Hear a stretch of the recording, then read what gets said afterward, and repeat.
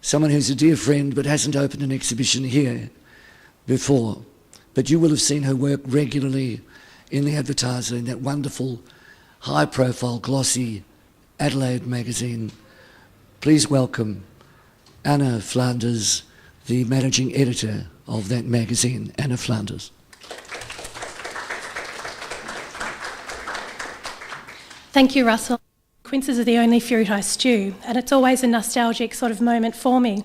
I sit down and I stew them, always on my own. I actually always call my mother as well and shed a few tears. I'm sure she looks at my father and goes, "Oh God, it's stewing season again." But on a happier note, there's the cherries as well. Now, we always had huge bowls of cherries in summer. We'd sit there and we'd always try and get the gorgeous ones that had the two stems, and we'd wear them as jewellery over our ears and poke fun at one another. And so then we'd sit down and eat them. So I'm sure that everyone here would actually have a beautiful memory of fruit from their childhood.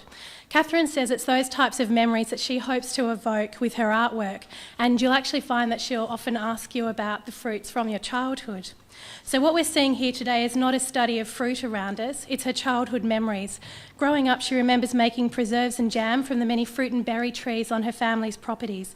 She tells me it was such a part of her life that she didn't buy a jar of jam until the age of 21. And that completely mortified her. However, today she assures me she makes her own.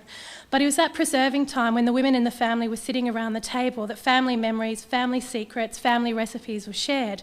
And because of this emotional connection, we're not seeing before us any supermarket-bought fruit.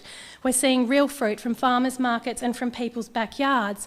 And further to that, you may recognise Catherine from previous exhibitions around here, but you also may recognise her as that person who peeks over your back fence. But she's not being nosy, she's just after your fruit trees. She's actually confessed to spying a fruit tree in someone's backyard, then bravely knocking on the door and asking if she can paint it, and she assures me that she's never been knocked back. So that's quite gorgeous. It means people are very proud of their fruit-bearing trees. Excuse me. In fact, the quince, she was saying, comes from a gorgeous house in Prospect, and the woman only let her paint it if she would make quince paste out of it for her, which she did.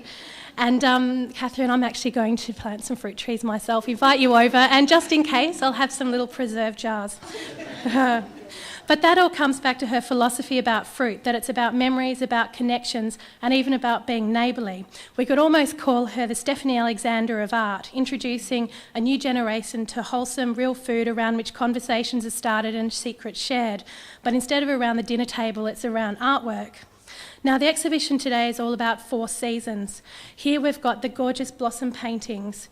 That brings us hope or the promise of abundance. Then we have the summer fruits and berries, such as the apricots, which signify a time of harvest. Abundance has arrived and it's time for those family moments and to create those childhood memories. Then we have the branches down the far end, bejewelled with what Catherine describes as the last gift of summer. Completing that life cycle are the detailed branches that we see over there as well. She says, so winter's all about a quiet time, and it's a time you can actually enjoy the detail, I guess. Now, she also hopes that we enjoy the colour and memories from her artworks today, and also the artworks by the children, which is out in the office.